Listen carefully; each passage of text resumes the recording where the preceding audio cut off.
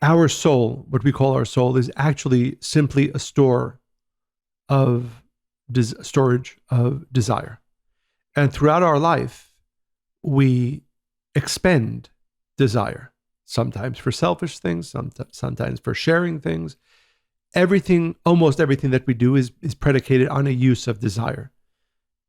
And that's why, by the way, often when a person gets older, whether it's in their 70s, in their 80s, in their 90s, you will find very often people at later stages in life have less desire than they had in the beginning. That's not the way it's supposed to be. We are Right. meant, We assume that that's just nature. right?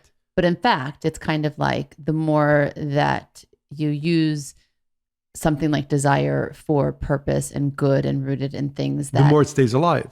and the more it stays alive, and therefore you have more days and more life. Exactly. And more desire. So basically, what we're saying is that your desire should never wane. It could be, in fact, it should be as strong as it is at any other part of your life. Right. And so I think the first lesson, understanding about motivation as it's predicated on desire, is that, a person can say, well, I need or I want to accomplish these things.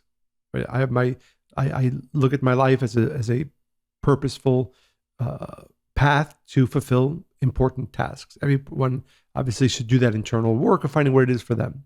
I think I know what it is for me. I'm sure you believe, at least for now, at this point in my life, what it is for me. But the question isn't simply what do you choose to be motivated for, but rather what else are you doing with your desire? So if a person wastes their desire on either call it negative things or terribly selfish things, well, then his or her desire won't be there, certainly not strong enough to propel their motivation for greater and greater things.